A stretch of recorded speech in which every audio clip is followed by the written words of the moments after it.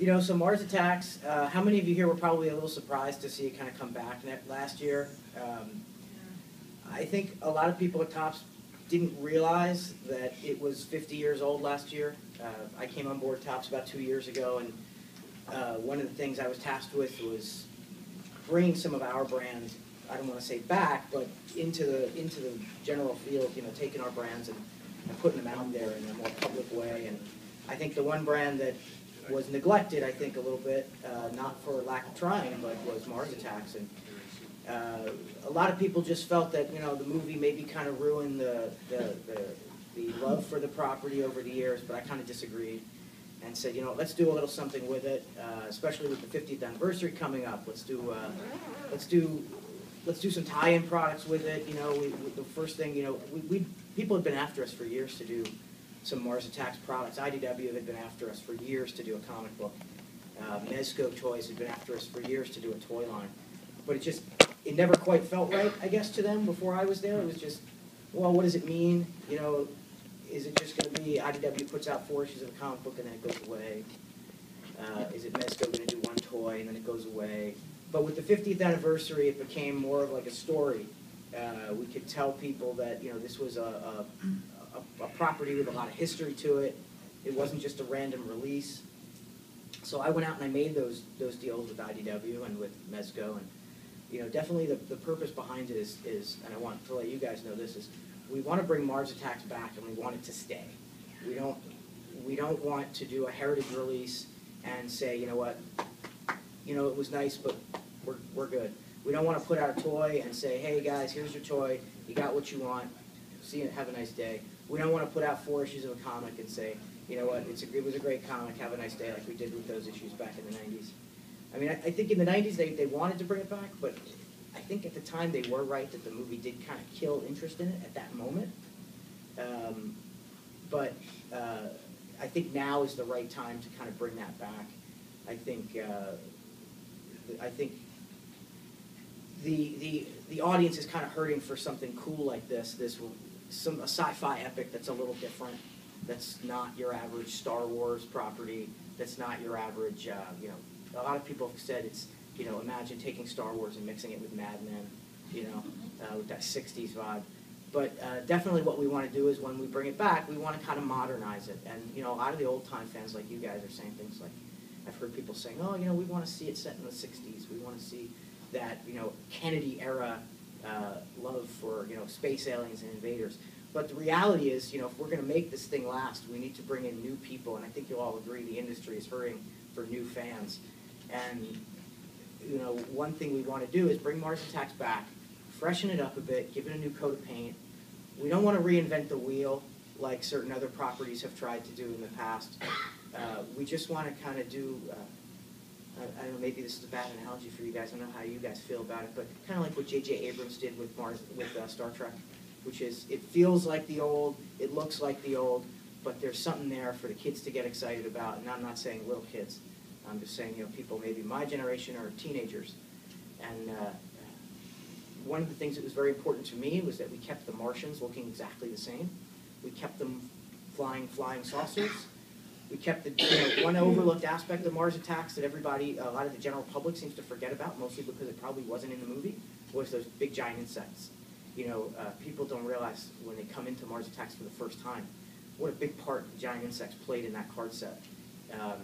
And, you know, I think while they had good intentions in the 90s comics and the 90s relaunch, they kind of, I think, lost sight of what Mars Attacks was really about, and that was kind of recapturing the 60s era, or even the third. I mean, I had long discussions with Len Brown over this before we did this, and a lot of where he was coming from when he created this set was to recapture that 1930s, 1940s sci-fi invaders from space thing. So, you know, when we're planning this whole story, this whole card set, this whole whatever it is we're doing with it now, we're definitely looking for inspiration from the 1930s through 60s Alien Invaders movie, but kind of bringing it up into the present.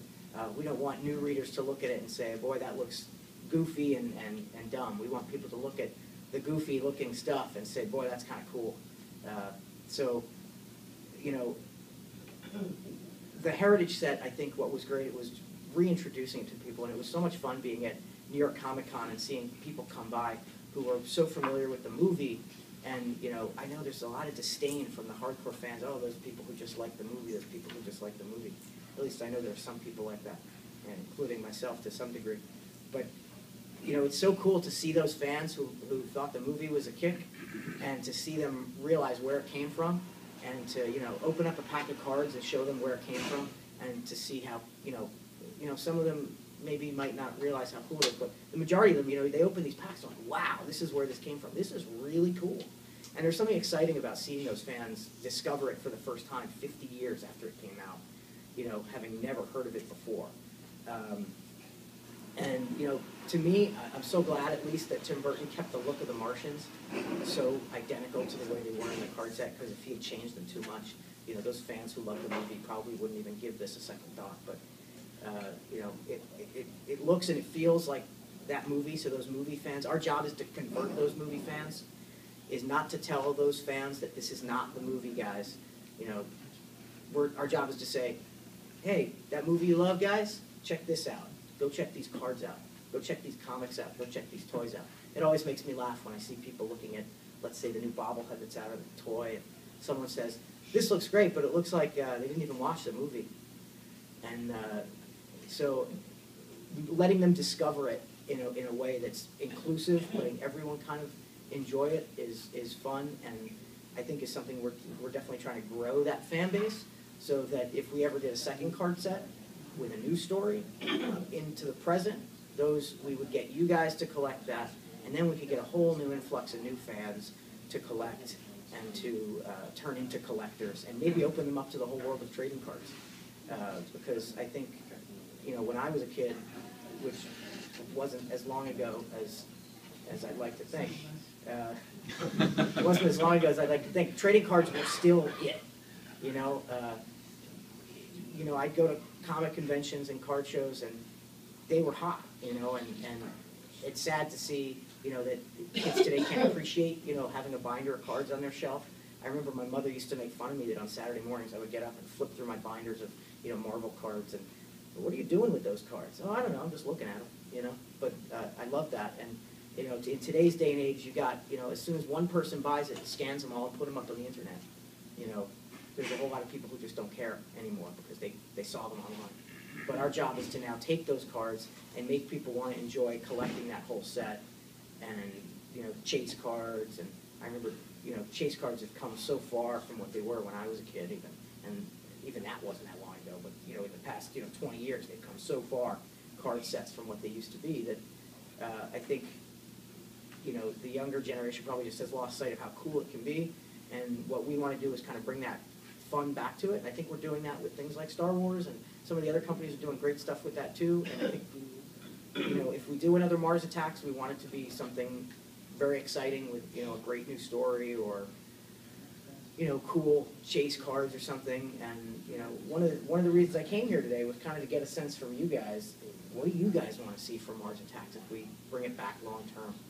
I mean, or are you guys just happy to let it live as a heritage set? Are you guys happy just to say, you know what, Mars Attacks was fun 50 years ago, but thank you. You know, I'd like to think that you guys want to see more of it. Am I wrong? Am I right?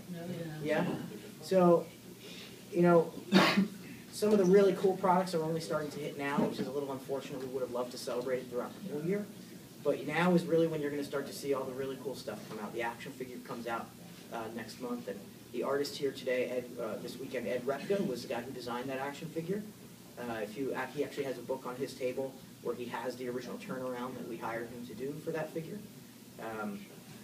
You should stop by his table and check it out. The guy did a just beautiful job. When I was looking around to get a guy to design, you know, because I don't know if you guys know, but you go back and look at that original card set, the Martians only appear on something like 10 cards out of 55. And of those 10 cards, you never really get a full look at the Martian head to toe. And on the one or two cards where you kind of see him head to toe, like maybe from here to down to his ankles or something, he's always in an odd position. You can never really see him really well. And on the few, you know, on Beast of the Beauty, you kind of get a good shot of his torso, but it's totally different than the one you see on card 21. And so we hired this guy. I really liked what he had done in the 90s on the Screamin' model kits. Ed also did the box art on that. And I just remember loving his interpretation of it. And I contacted him. He's with NECA these days. And I contacted him and said, you know, you did that great art. Would you mind designing for us, since you have experience in the toy field, the definitive Martian? Like, what does he really look like from the front, from the back? And this guy went so far above and beyond. He created these 3 images of the front, the side, and the back that when you look at the original files, I wish everyone could enjoy it. He layered them so you could take off the air tanks and see what his collar looks like. You could take off the collar and see what his suit looks like. You could take off the suit and see what his anatomy looks like underneath. Brilliant. I mean, I may be, you know, in the business side over at Topps, but when that stuff comes through, I become the fan. And I'm sitting there, you know, and I call people over to my desk, guys, you got to check this out. Oh my God, this is so cool. You know, probably the most fun part of my job is getting to see the comic book in progress. You know, seeing the scripts come through, seeing the art come through. And I don't know how you guys feel about the comic, but I'm having a blast just seeing these guys create new content for us, because it's been so long since anybody has created new content for Mars Attacks. And we sent the first few issues over to Len Brown. And he's a pretty proud guy for the things he's accomplished in his career, and he's had a lot to do with those comics back in the '90s. And he said, "Boy, those comics were great that we did, but boy, this just is light years ahead of anything we ever did back then." You know, kudos to those guys. And I hope. Speaking of Len, I hope you guys all bought the book, the hardcover book with all those cards in it. I don't know if you guys saw in the little frontispiece, I wrote all the captions under every card, and derived from a lengthy 4-hour interview I did on a Saturday morning. I don't want to say wasted. I spent an entire morning, probably one of the most fun Saturday mornings I've ever had, on the phone with Len Brown, and recorded it audio on my iPad, and then spent all day Sunday transcribing it and cutting it into 55 captions, which is not as easy as it sounds. And but it was, you know, my son's in the other room waking up, and he hears us talking, and you know, he said it was one of the most bizarre Saturday mornings he's ever had, listening to 2 guys talk about a 50-year-old card set. But you know, there's a lot of little nuggets in there that were really fascinating to hear. You know, I don't think anyone's really done an extensive interview with Len on the creation of that set, and there was a lot of interesting. I'm sure you've all read it, but there's a lot of really interesting stuff in there. There was a little more that unfortunately really didn't have to do with Mars Attacks, so we didn't put in there. But the guy's just had such a great career and such a great history with pop culture. I mean, he created the Thunder Agents with Wally Wood over at Tower Comics, which I don't know if you guys heard the news out of New York Comic Con is IDW, who publishes our Mars Attacks, has just gotten the go-ahead to create a new Thunder Agents comic, which is pretty cool. And I talked to Greg Goldstein over there. I was like, you got to get Len involved in that somehow. You know, being the creator, and being that, you know, I don't know if you've seen, Len has kind of had a little resurgence over the whole Mars Attacks thing. He did interviews with some magazines, some newspapers. He's always a very humble guy who didn't really want to get all those accolades, but I think the 50th anniversary has kind of recharged him a little bit. And he did the backs of the 10 deleted scenes cards, which he was very excited about, which, you know, we didn't know if he would even say yes to that, because he's, you know, been retired for some years out in Texas. But as far as new license stuff, I mean, it's really all up to what other companies want to do, because I would love to do everything under the sun with Mars Attacks. I mean, my pattern here, I know it sounds a little egotistical, but I look at something like Marvel and I say, why can't we be like Marvel with Mars Attacks? Why can't we have an action figure line and a bobblehead line and, you know, cell phone scans and kids' toys? And I mean, why can't we do that if there's a call for it? So basically, it's really on these companies who say yes. And what we found is that in the industry, in the you know, community of manufacturers, there's such a love for Mars Attacks, far greater than I guess even I anticipated. You know, I was ready to hear people just turn me down straight away, but some of these companies, you know, that you wouldn't expect were just, yeah, absolutely, I'd love to do that. You know, I remember I called a couple of companies, and they initially said, you know, we love Mars Attacks, but, you know, just from a business standpoint, it doesn't make sense right now. And as soon as that comic came out, I fielded phone calls from a couple of those companies calling back, being like, can we still do something with you? Which was great. And great to hear that, you know, everything we had done kind of excited other people. And I don't know if you guys saw at San Diego, there was this mini bust from Gentle Giant, which was probably one of the coolest collectibles I've ever seen for Mars Attacks. Just blows so many other things out of the water. And it's unfortunate that, you know, even at Topps, you know, everybody likes to think, oh, you work at Topps, you must get everything. But, you know, there are guys at Topps begging for one of those, and unfortunately we couldn't make everybody happy. But the big thing we'd like to do, I mean, coming up is we'd like to do some kind of video game with Mars Attacks. We looked around and we saw stuff like Destroy All Humans, and even there's a game called Red Faction, which has a level called Mars Attacks. So clearly people in the video game industry have a love for the property too, and we say, why should we let people like Destroy All Humans steal our thunder when it should have been called Mars Attacks and should have had the big brain Martian instead of just this big goofy alien? So, you know, that's an area we'd like to explore. Whether we can get that started is anybody's guess at this point. But what we're really hopeful for is that the comic book lasts, and that's really important because it keeps Mars Attacks in the collector's eye.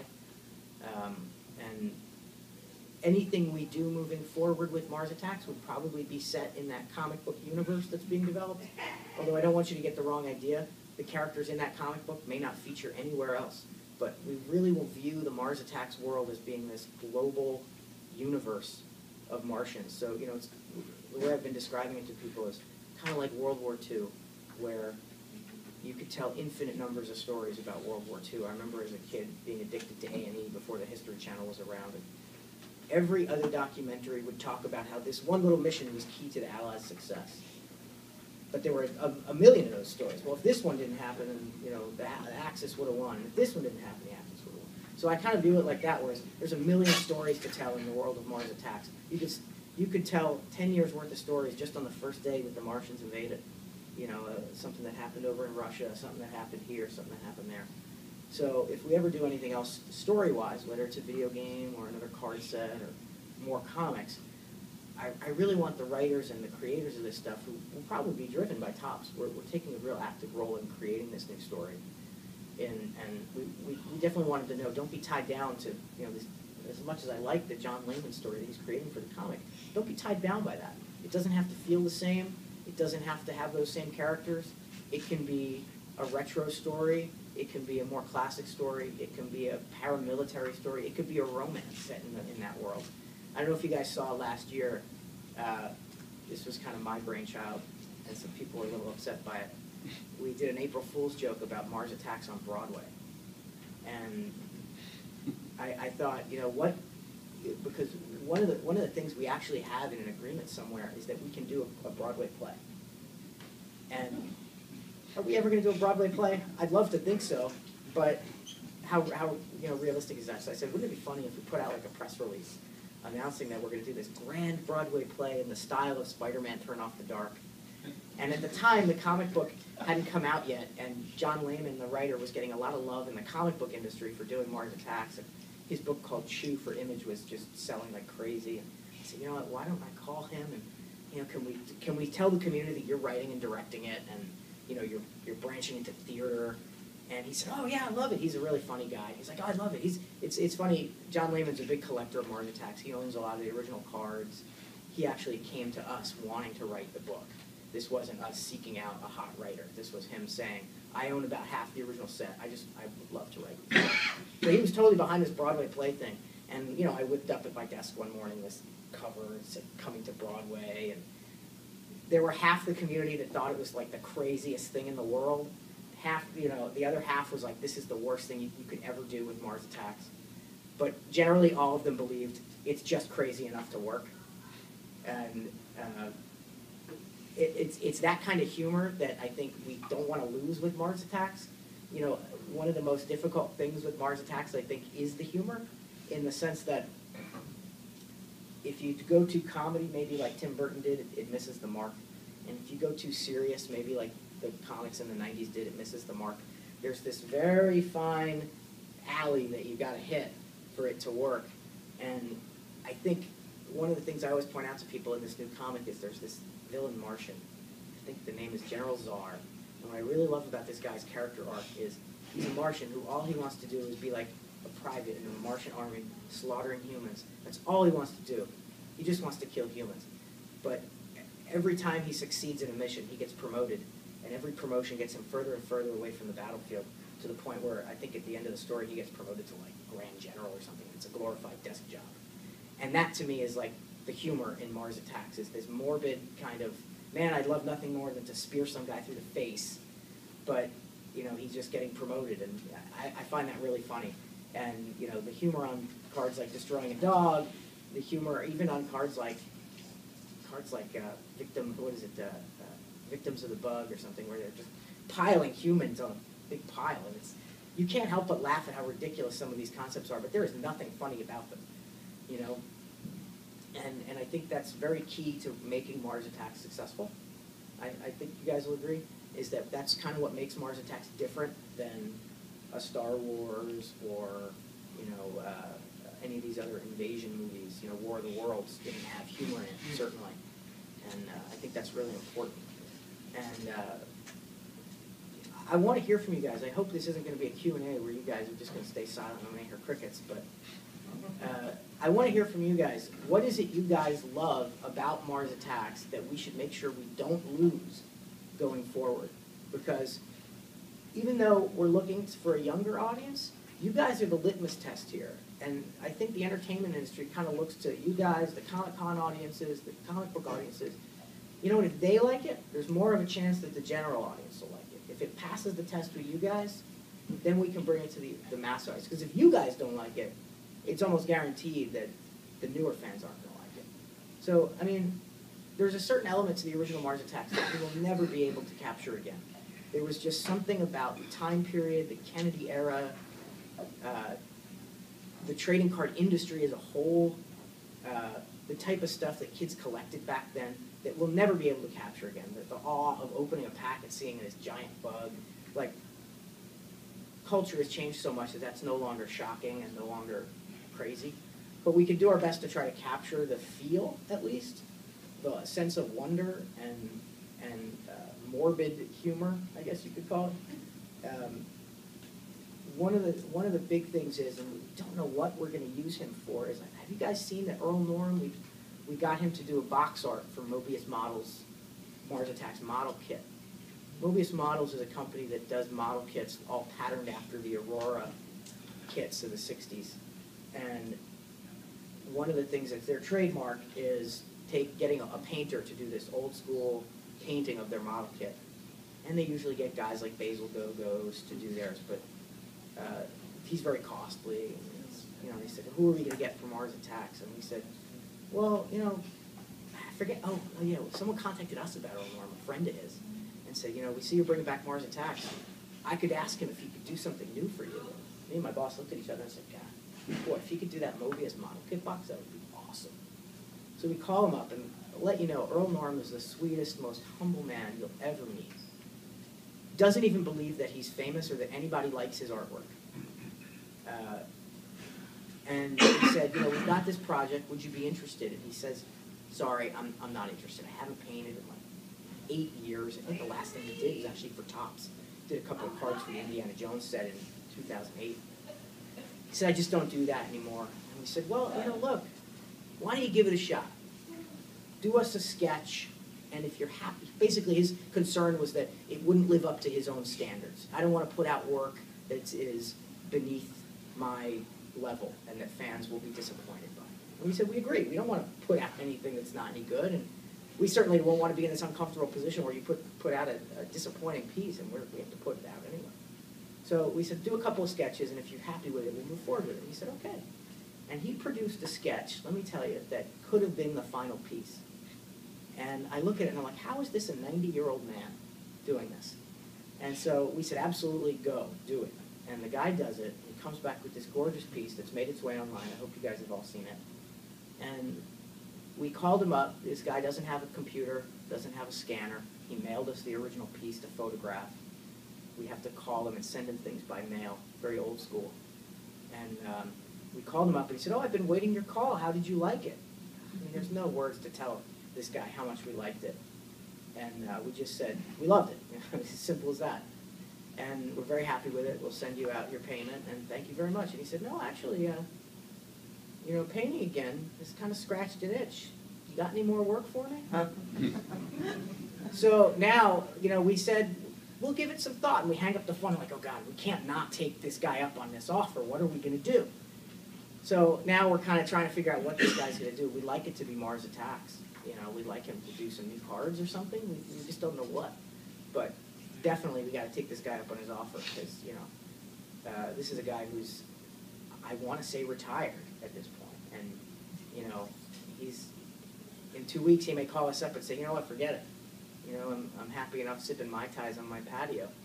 But he's the kind of guy that I think fans will really, the Mars Attacks fans like you guys will appreciate seeing come back for that. You know, we'll never get a Norm Saunders back, obviously, but he's as close as you can get to that.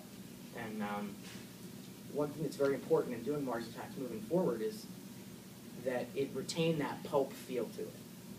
And I think everyone will agree that as much as you want to modernize it, you don't want to lose that sense of sci-fi pulp.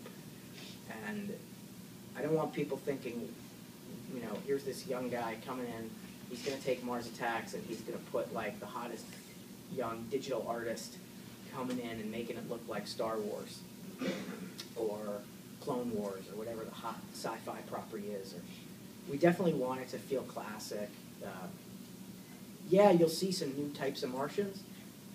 You'll probably see in the comics some like, you know, aerial assault Mars, things that you'll think, oh God, they're just doing this for action figures. But the fact is, if all your villains all look like the same guy, it gets kind of boring after a while. And we had to kind of diversify that. And we've got to create some new hero characters, because if you look at the Mars Attacks cards, there's no identifiable characters there for heroes. So we need to come up with some cool characters, maybe not people like an individual, but a group of people who are fighting the Martians. I was going to show you up on the screen, but we couldn't get it working here. We actually, Topps, an outside writer, and IDW, we worked on a 50-page Mars Attacks Bible, which outlines the story for like a 5-year period. And we've got, you know, different factions of Martians, but they're all, don't get me wrong, these are all classic Martians. We're not taking them and turning, like I said, turning them into Star Wars. Different classes of saucers, you know, but they're all saucers. You know, that's, I thought, you know, that was very important. I think there were a couple of guys saying, well, shouldn't they have ships that look like this and look like that? I said, no, if you lose the saucer bit, then you lose that Mars Attacks feel. You know, if you lose the big green suit with the big dome, you kind of lose the Mars Attacks feel. And, you know, I don't know if you guys have seen, I'm wearing one right now, but if you've seen this painting that Jason Edmiston did, this is kind of how we see Mars Attacks going forward, which is, you know, the classic Martian. And we have some posters of that image that we'll have as prizes. But, you know, we want to kind of, you know, I look at Jason Edmiston, I look at guys like Ed Repka, and these guys are the modern day equivalent to Norm Saunders. They're like, yeah, carrying the torch for Norm Saunders. And these are the types of guys we want to hire. These guys who have a love for Mars Attacks. Let me tell you, when we said we were doing Mars Attacks Heritage, I knew this was going to be the case. I told people this was going to be the case. I don't think anybody really understood how true it was. We had artists calling us up out of the blue saying, please let me do some new cards for you. I am such a big fan of Mars Attacks. And well, we had to tell them, this is strictly a reprint set. We're only going to do so many new cards. You know, we're going to have Jason Edmiston do some deleted scenes cards. We wanted to tie in the comic. I don't know how well received it was, but we had some new cards that were based on the comic. And, that's more where we're headed with Mars Attacks. You know, so I hope you guys, you know, I'm going to do a little Q&A here, and I'll ask right now, what is it about Mars Attacks that makes you such a fan of it? I love the artwork. You haven't killed it over 50 years, that's the thing. I think What's that? The fact that you haven't killed it over 50 years. I think what you've done is great. Thank you. Don't do too much because you'll lose everybody. I think you're right. And that's the important thing, because the 50-year break has made everybody dig right into this. You put something out in 6 months, you're going to kill it.